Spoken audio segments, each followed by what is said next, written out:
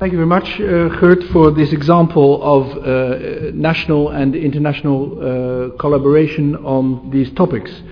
We're going to open the floor for discussion for the best part of the coming half hour. We have to leave this auditorium for a new session before 4 o'clock. And I'm going to ask Dainius Puras, my co-chair from Lithuania, to kick off with some comments on what has been told.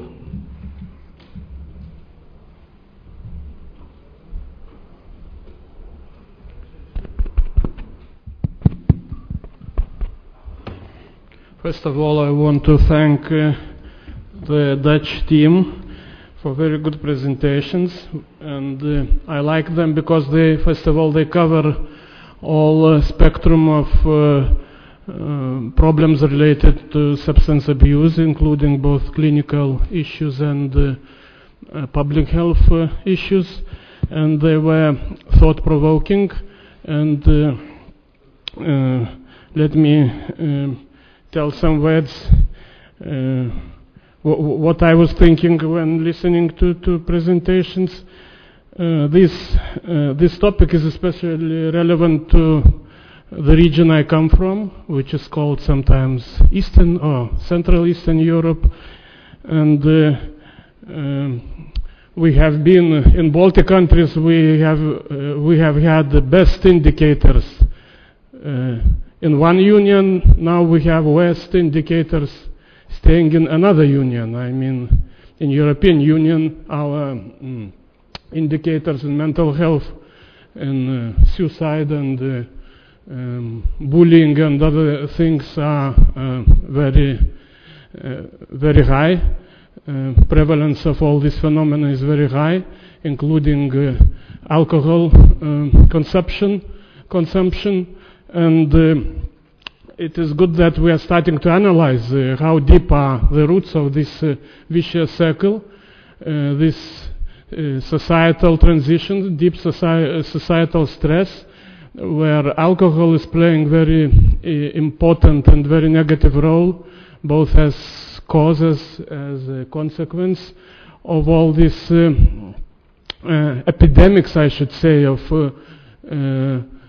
destructive and self-destructive behavior, covering suicide, homicide, helplessness, and lack of coping skills among individuals and groups, how to deal, how to manage complicated everyday situations. And there alcohol comes in groups, in societies, and destroys even more these relations.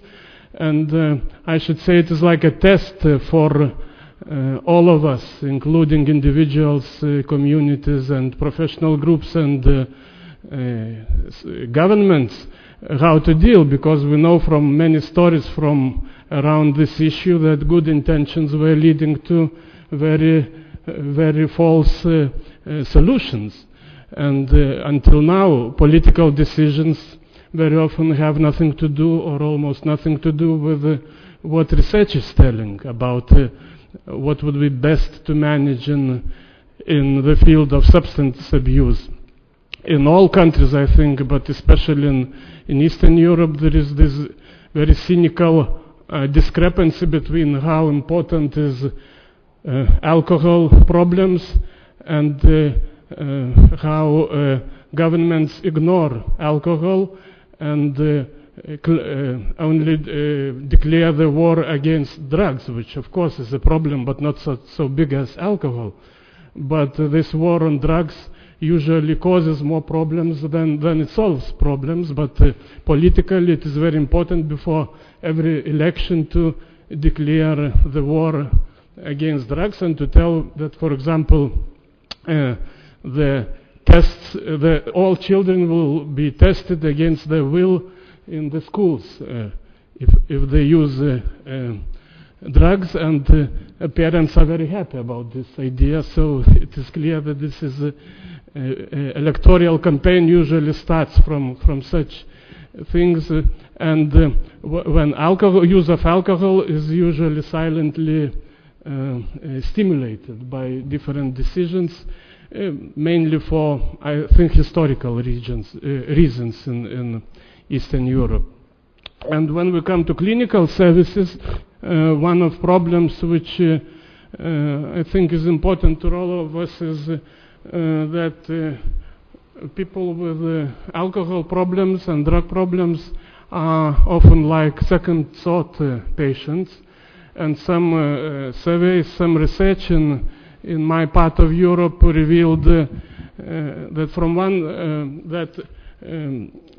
our societies in Eastern Europe are very intolerant to all vulnerable groups, all minorities and all vulnerable groups, including drug and alcohol addicts. So it's one problem. The other problem that medical staff appeared to be even more intolerant than general population to this group of patients.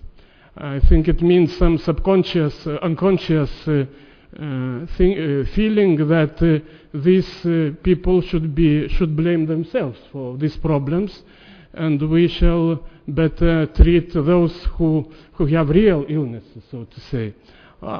It might be also other interpretations, such as medical profession itself is, as we all know, has the problem of drug and alcohol abuse. So we can give also some psychodynamic explanations to this interesting phenomenon. Anyway, I thank again all speakers and open and ask you to give questions and your comments, please.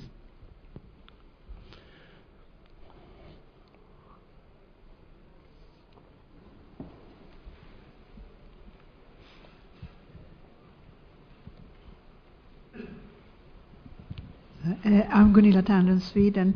I would like. I have also met these patients with ADHD and substance abuse, and I think it's. I would wonder how you see about how to medicate adolescent who is abusing, and you don't know if he's clean or not, so to say.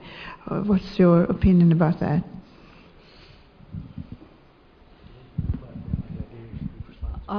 In our clinic, we treat people with ADHD the same as if they weren't having a substance abuse disorder. So they have to get the best treatment. But of course, we also look at their addiction. And what we do is that we first detox them, and then starting with Ritalin or long-working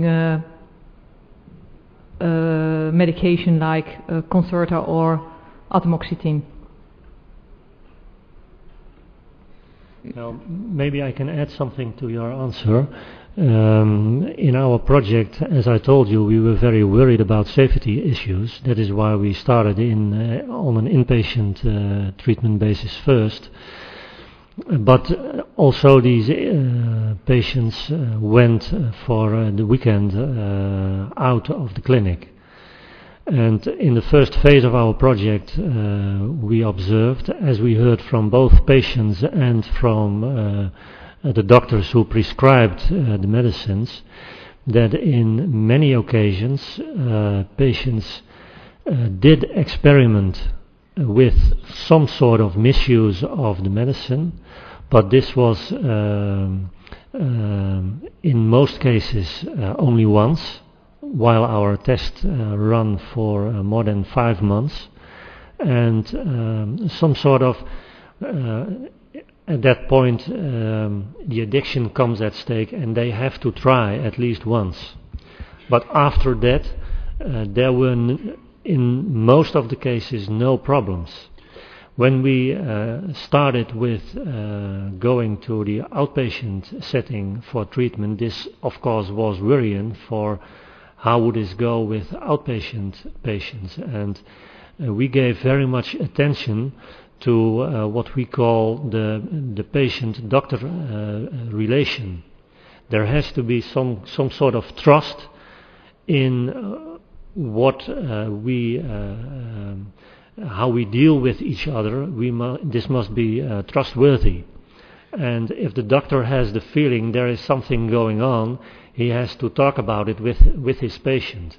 And when giving attention to this relation, to being able to trust what the patient tells you, that adds very much to hardly any problems with safety issue. And this led to the fact that the vast majority of the doctors in our project had no problems with regular methylphenidate as a first choice medicine. Yes, And and maybe I will also say something to it, because when people are experimenting with methylphenidate or medication like that, they also use different drugs, because the effect of methylphenidate is just a little of the real stuff they're used to take. When you used to take speed or cocaine, the effect is much stronger than with methylphenidate. So when they're not taking the medication like it's prescribed, they also will take other drugs, and that's where we're very keen on to notice that. So we're not so afraid to use it. And maybe in addition, though there are conflicting results from a series of studies, Timothy Willens has made it rather clear that there's a converging evidence that the prejudice that many people in the general population have, but also amongst professionals, that you should not treat people with ADHD with stimulants because that would enhance the likelihood of them getting addicted, is contradicted by a series of studies that prove the contrary. Treating ADHD prevents further substance use disorder. So it's important to monitor it very carefully. That's evident. But if you really get people well medicated on methylphenidate, there's a big chance that their substance use habits will diminish. Okay.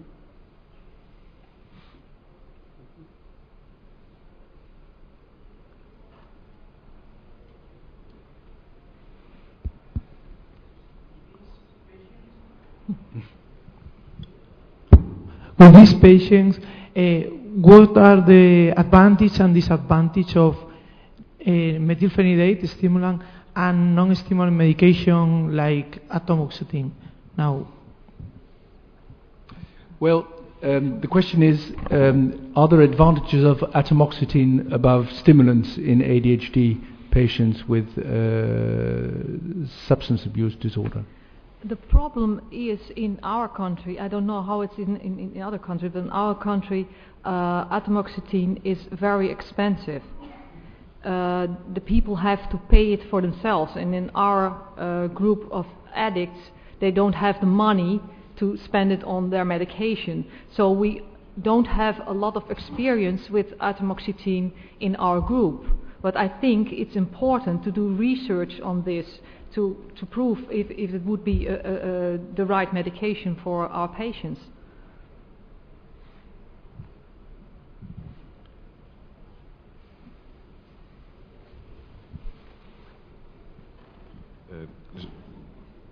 João Guerra from Portugal.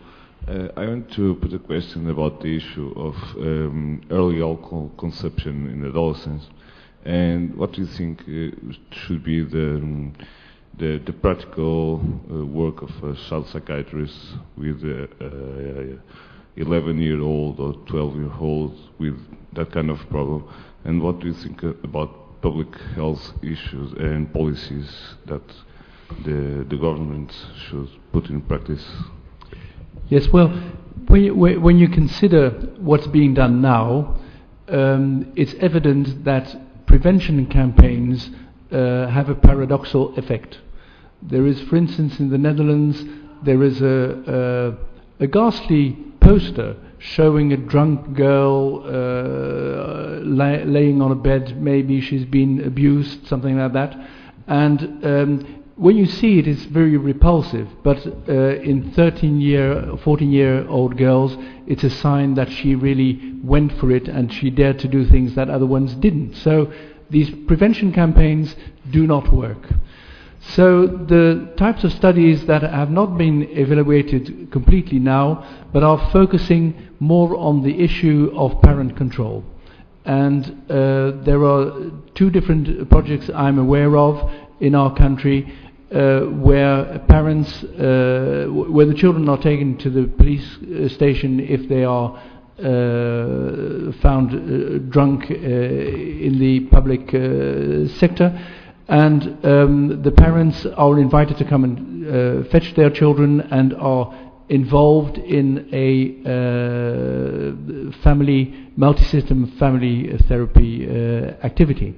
And one of the things that we will have to evaluate, and we have plans for a parallel study in the Zwolle region to see whether this family involvement and enhancing parent control works better than individual approaches to children that have been in contact with the police because of binge drinking at a very young age. But the bottom line still is, as Patricia van Wijngaarden pointed out, that there's a huge gap between what is found in the epidemiological samples, where you see that about 3.8% of girls between 10 and 14 years have some form of dual diagnosis. And when you look at the admittance rates, both in the youth care and in the child mental health services, these children do not seem to exist. And the only people that are really in touch with them, if ever, are the ones who control for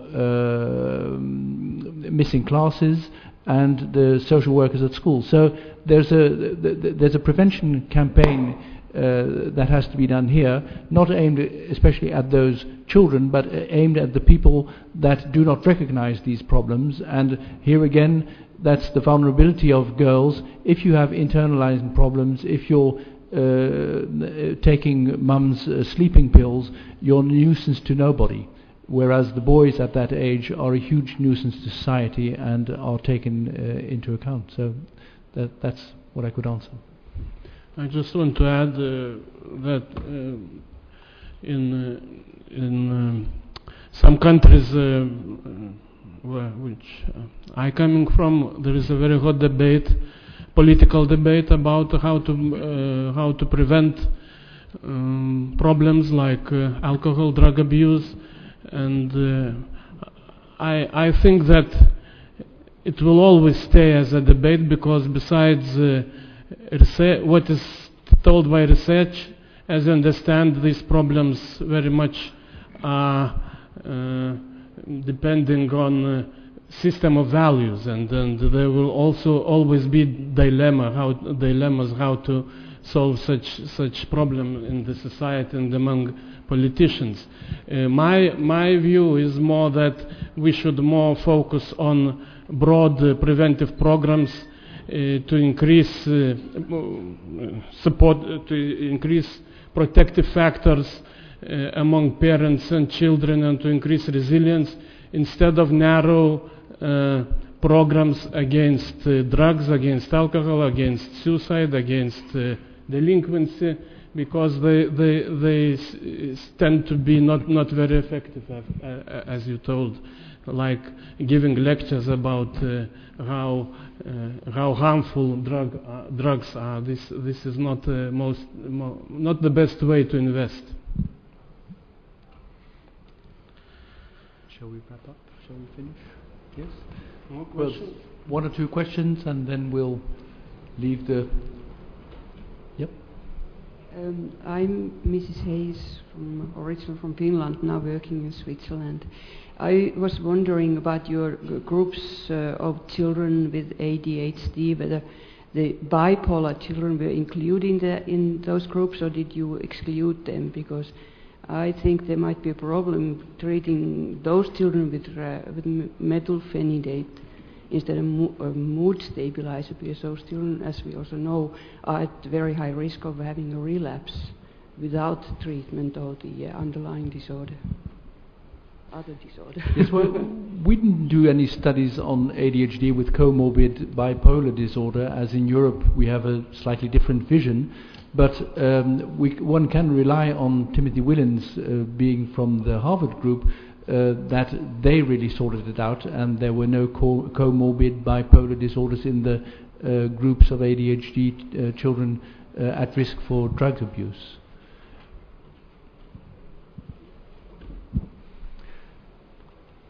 Okay, we have to move on for next sessions. I have to chair one at 4, and we're going to leave this auditorium. And I want to thank all my co-presentators and my co-chair and you for being such a patient and stimulating audience. Thank you very much.